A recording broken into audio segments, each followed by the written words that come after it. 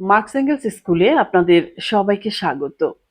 আজ কথা বলবো দ্বান্দ্বিক বস্তুবাদের তৃতীয় নিয়ম নিরাকরণের নিরাকরণ বা নেগেশন অব দ্য নেগেশন সংক্রান্ত নিয়ম নিয়ে।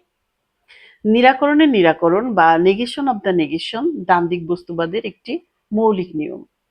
মার্কসবাদে নিরাকরণ বলতে সম্পূর্ণ ধ্বংস বোঝায় না।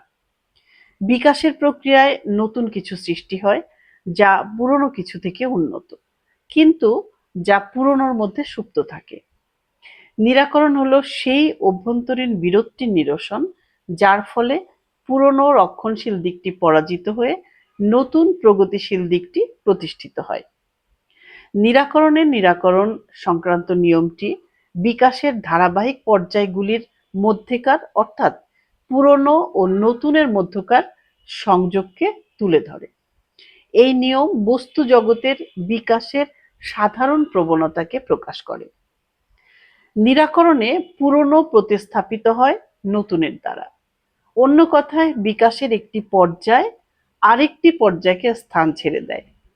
পুরনো থেকে নতুনে উত্তরণের প্রক্রিয়াটি অর্থাৎ একটি পর্যায় আরেকটি পর্যায়ের দ্বারা প্রতিস্থাপিত হওয়ার প্রক্রিয়াটি দর্শনে দ্বান্দ্বিক নিরাকরণ বলে পরিচিত। বস্তুর ভেতরে বিপরীতের দ্বন্দ্বের সমাধানের মধ্য দিয়ে বস্তুর যে গুণের পরিবর্তন হয় তাকে দ্বান্দ্বিক নিরাকরণ বলা হয়। দ্বান্দ্বিক নিরাকরণ বা নিরাকরণের নিরাকরণ কিছু বৈশিষ্ট্য অনুসরণ করে। নিরাকরণ সবসময় বিশ্বজনীন। প্রকৃতিতে ও সমাজে যে কোনো বিকাশেই নিরাকরণ সহজাত। যেমন সচেতন প্রকৃতিতে সমস্ত জৈব প্রজাতি শতাব্দীর পর শতাব্দী ধরে নিরাকৃত হয়ে নতুন নতুন প্রজাতির সৃষ্টি হয়েছে। মোরালাইজিং ক্রিটিসিজম অ্যান্ড ক্রিটিক্যাল মোরালিটি গ্রন্থে মার্কস এঙ্গেলস দেখিয়েছেন বিকাশের একটি পর্যায় নতুন ও পুরাতন সংঘাত চলে। বিকাশ সম্ভব পুরনো অবস্থান নেতিকরণের মাধ্যমে। নেতিকরণ হলো বিকাশের একটি অপরিহার্য শর্ত। নেতিকরণ ছাড়া কোনো কিছুর বিকাশ হতে পারে না। ঐতিহাসিক বিকাশের প্রক্রিয়ায় দেখা যায় নতুন ও উচ্চতর সমাজগুলির দ্বারা পুরনো সমাজগুলির প্রতিস্থাপন। যেমন আদিম সম্প্রদায়গত সমাজের প্রতিস্থাপন দাস মালিক সমাজের দ্বারা, দাস মালিক সমাজের প্রতিস্থাপন সামন্ততান্ত্রিক সমাজের দ্বারা, সামন্ততান্ত্রিক সমাজের প্রতিস্থাপন পুঁজিবাদী সমাজের দ্বারা এবং পুঁজিবাদী সমাজের প্রতিস্থাপন সমাজতান্ত্রিক সমাজের দ্বারা। ধারণা শক্তি বিকাশের ক্ষেত্রে দেখা যায় পুরনো বিজ্ঞানের আবিষ্কার স্থান ছেড়ে দিয়ে নতুন নতুন বিজ্ঞানের আবিষ্কার ঘটে। এখানে পুরনোকে বাদ দেয়া মানে অস্বীকার করা নয়। নিরাকরণের দ্বিতীয় বৈশিষ্ট্য হচ্ছে নিরাকরণ বাইরে থেকে আরোপিত হয় না। মরিস কনফোর্থের মতে পুরনো পর্যায়ের অভ্যন্তরে নতুন পর্যায়ের শর্তগুলি সৃষ্টি হয় এবং পূর্ণতা লাভ করে। এভাবে নেতি প্রগতির শর্ত হিসেবে কাজ করে, ইতিবাচক অগ্রগতি সাধন করে।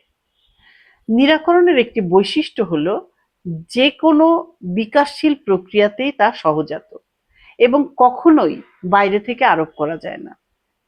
দ্বান্দ্বিক নিরাকরণে অভ্যন্তরীণ বিরোধগুলি প্রধান ভূমিকা পালন করে, কিন্তু তার প্রস্তুতি ও গতিধারার উপরে বাইরের বিরোধগুলিও যথেষ্ট প্রভাব বিস্তার করতে পারে। যেমন একটি শস্যদানা উপযুক্ত আবহাওয়ায় মাটিতে ফেললে তার অভ্যন্তরীণ অবস্থার কারণে অবশ্যই তা থেকে একটি চারা অঙ্কুরিত হবে। চারাগাছটি অঙ্কুরিত হওয়ার জন্য তার অভ্যন্তরীণ অবস্থায় প্রধান ভূমিকা পালন করে, কিন্তু বাইরের অবস্থা যেমন অপর্যাপ্ত উত্তাপ ও আর্দ্রতা শস্যের দানাটির বিকাশকে বিলম্বিত এমনকি সম্পূর্ণ ক্ষতিগ্রস্ত করতে পারে।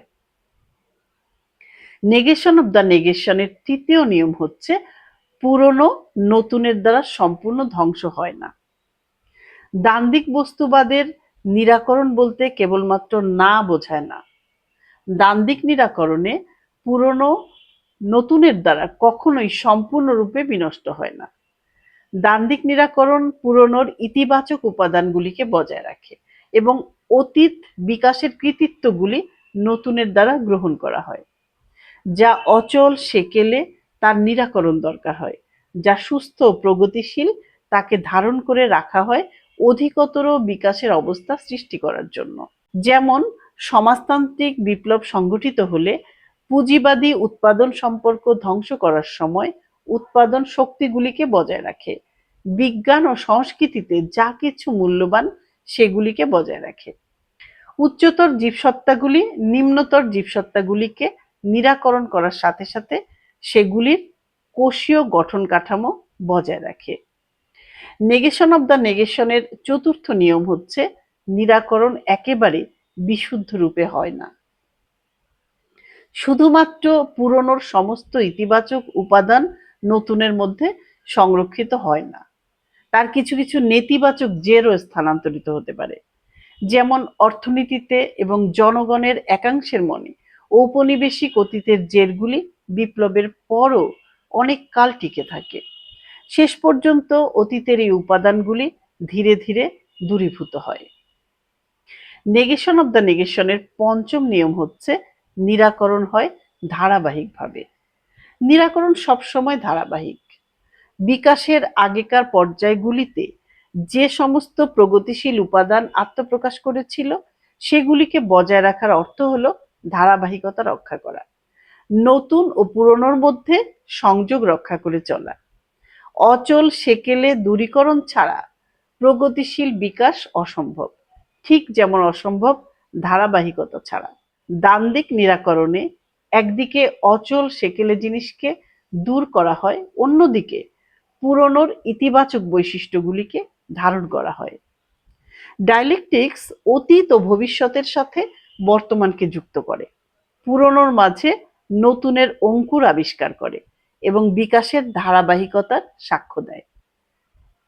নেগেশন অব দ্য নেগেশনের ষষ্ঠ নিয়ম হচ্ছে দ্বান্দ্বিক নিরাকরণে সবসময় নিরাকরণ ঘটে।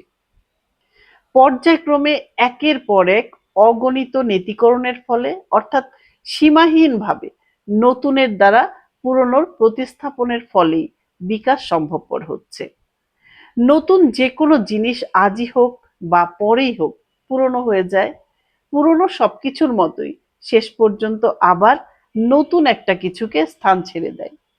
অন্য কথায় বিকাশের নিয়মটি হলো নিরাকরণের নিরাকরণ, নতুনের দ্বারা পুরনো প্রতিস্থাপন এবং পরবর্তীকালে আরো নতুন একটা কিছুর দ্বারা শেষোক্তের প্রতিস্থাপন। এটা হলো নতুনের দ্বারা পুরাতনের সেই ধরনের প্রতিস্থাপন বা ধ্বংস সাধন যা নতুনের আবির্ভাব ও বিকাশের সহায়ক। কিন্তু নতুন বলে ঘোষিত সবকিছুই নতুন নয়। অনেক সময় দর্শনের অনেক ধারা গজিয়ে ওঠে, নিজেকে নতুন বলে জাহির করে, আসলে সেগুলো পুরনো নীতিকে নতুন মোড়কে নতুন পরিভাষার আড়ালে লুকিয়ে রাখে। নিরাকরণের নিরাকরণ বা নেগেশন অব দ্য নেগেশনের সপ্তম নিয়ম হচ্ছে নিরাকরণ প্রগতিশীল এবং ঊর্ধ্বমুখী গতির একটি প্রবণতা। যেহেতু নিরাকরণ সেকেলেকে শুধু দূরই করে না, তার ইতিবাচক দিককে ধারণও করে, তাই বিকাশ প্রগতিশীল। নিরাকরণে নিরাকরণ হিসেবে যে বিকাশ ঘটে তা সামনের দিকে এগিয়ে চলে, তার নিম্নতর থেকে উচ্চতর দিকে, সরল থেকে জটিলের দিকে এগিয়ে যায়। যেমন প্রকৃতিতে অজৈব জগৎ থেকে জৈব জগতে উত্তরণ। এক্ষেত্রে প্রগতি হলো সেই গঠন কাঠামোর জটিল বিষয় যার ফলে পৃথিবীতে জীবনের উদ্ভব ঘটে। গতিশীল বিকাশ সম্বন্ধে যান্ত্রিকভাবে ভাবা এবং অতি সরলীকরণ করা উচিত নয়। দ্বান্দ্বিক প্রক্রিয়ার মধ্যেই বিপরীতের ঐক্য ও সংগ্রামের মধ্য দিয়ে প্রগতি বাস্তবায়িত হয়। এই বিকাশ ধারা সামনে এগিয়ে যাওয়ার পরিবর্তে পেছনেও যেতে পারে এবং পেছনে যাওয়ার বিভিন্ন উপাদান তার মধ্যে প্রকাশ পেতে পারে। এঙ্গেলস ডায়ালেকটিক্স অফ নেচারে দেখিয়েছেন জৈব বিবর্তনে প্রত্যেকটা অগ্রগতি একই সঙ্গে পেছনের দিকে যাত্রাও বটে। একদিকে বিবর্তনকে স্থিতিশীল করে, অন্য বহুদিকে বিবর্তনের সম্ভাবনা বর্জন করে। নিরাকরণের নিরাকরণ বা নেগেশন অব দ্য নেগেশনের অষ্টম নিয়ম হচ্ছে নিরাকরণ সরল রেখা অনুসরণ করে না। প্রগতিশীল বিকাশ সরল রেখা অনুসরণ করে না। বিকাশ চলাকালে বদ্ধাবস্থা এমনকি সাময়িক পেছনে ফেরার কালপর্ব থাকতে পারে। সমাজ বিকাশে এই ধরনের বিপত্তিগুলি ঘটে সাধারণত পুরনোর প্রতিরোধ আর পুরনোর সাময়িক জয়ের ফলে। বিকাশ সরল রেখা অনুসরণ করে না এ কারণেও যে পুরনো প্রারম্ভিক পর্যায়ের কিছু কিছু গুণধর্মের শেষ পর্যন্ত পুনরাবৃত্তি ঘটে। এই ধরনের পুনরাবৃত্তি অতীতের সম্পূর্ণ প্রত্যাবর্তন বোঝায় না, এক উচ্চতর স্তরে এক নতুন ভিত্তির উপরে তার কোনো কোনো বৈশিষ্ট্যের শুধু এক পুনরুৎপাদন বোঝায়। যেমন সমাজ জীবনে শ্রেণীহীন আদিম সম্প্রদায়গত ব্যবস্থার ভিত্তি ছিল উৎপাদনের উপায়ের উপরে সামাজিক মালিকানা। পরে উৎপাদিকা শক্তিগুলির বিকাশের ফলে সামাজিক মালিকানার নিরাকরণ ঘটেছিল এবং ব্যক্তিগত মালিকানা দিয়ে তা প্রতিস্থাপিত হয়েছিল। তার পূর্ণ কর্তৃত্ব ছিল দাসপ্রথায়, সামন্ততন্ত্রে এবং পুঁজিবাদে। কিন্তু উৎপাদিকা শক্তিগুলির অধিকতর বিকাশের ফলে অপরিহার্যভাবেই আসবে কমিউনিস্ট সমাজ, যেখানে উৎপাদনের উপায়ের উপরে সামাজিক মালিকানা আরেকবার প্রতিষ্ঠিত হয়। অর্থাৎ এখানে প্রাথমিক যে সমাজ ব্যবস্থা অর্থাৎ আদিম সাম্যবাদী সমাজের গুণধর্মগুলির পুনরাবৃত্তি ঘটবে এক উচ্চতর স্তরে। দ্বান্দ্বিক প্রগতিশীল বিকাশকে বর্ণনা করা যেতে পারে ঊর্ধ্বমুখী সর্পিল গতি হিসেবে। তা উপরের দিকে যায় সরল রেখায় নয়, বরং এক চক্ররেখায়, যেন বারংবার তা পুনঃসংগঠিত হচ্ছে। এক জটিল বক্ররেখা অগ্রসর হয় এমন বিকাশের দৃষ্টান্ত রয়েছে অচেতন প্রকৃতিতে, জীববিদ্যায় এবং মানব ইতিহাসে। প্রগতিকে বিচ্যুতিহীন, বক্রতাহীন এক অধিবিদ্যক অবাধ প্রক্রিয়া হিসেবে দেখা উচিত নয়। সমাজ বিকাশের ক্ষেত্রে এ কথাটি আরো প্রাসঙ্গিক, যেখানে ব্যক্তি, শ্রেণী এবং বিভিন্ন পার্টি তাদের লক্ষ্য ও স্বার্থ অনুসরণ করে কাজ করে।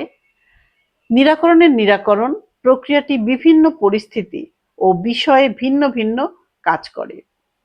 অ্যান্টিডোরিংয়ে এঙ্গেলস দেখিয়েছেন প্রত্যেক বস্তুর নিরাকরণ এমন একটা বিশেষ ধরন আছে যা তার বিকাশ ঘটায়। প্রত্যেকটি ধারণা বা ভাবের ক্ষেত্রেও ঠিক একই ব্যাপার ঘটে। নিরাকরণ নিয়মটি কেন গুরুত্বপূর্ণ? নিরাকরণ সংক্রান্ত নিয়মটি বিকাশের ধারাবাহিক পর্যায়গুলির মধ্যেকার পুরনো ও নতুনের মধ্যকার সংযোগকে তুলে ধরে। এই নিয়ম বস্তু জগতের বিকাশের সাধারণ প্রবণতাকে প্রকাশ করে। নিরাকরণের বৈশিষ্ট্যগুলি ভালোভাবে আত্মস্থ না থাকলে নিরাকরণ সম্বন্ধে দ্বান্দ্বিক ধারণার পরিবর্তে এক সরল অধিবিদ্যক ধারণা তৈরি হতে পারে, যা শেষ পর্যন্ত অবৈজ্ঞানিকতা, গোঁড়ামি, হঠকারী বা সংশোধনবাদের জন্ম দিতে পারে। আগামী পর্বে অন্য কোনো বিষয় নিয়ে মার্কস এঙ্গেলস স্কুলে হাজির হব। ততক্ষণ সকলে ভালো থাকবেন। ভালো লাগলে চ্যানেলটি সাবস্ক্রাইব করে আমাদের সাথে থাকতে পারেন।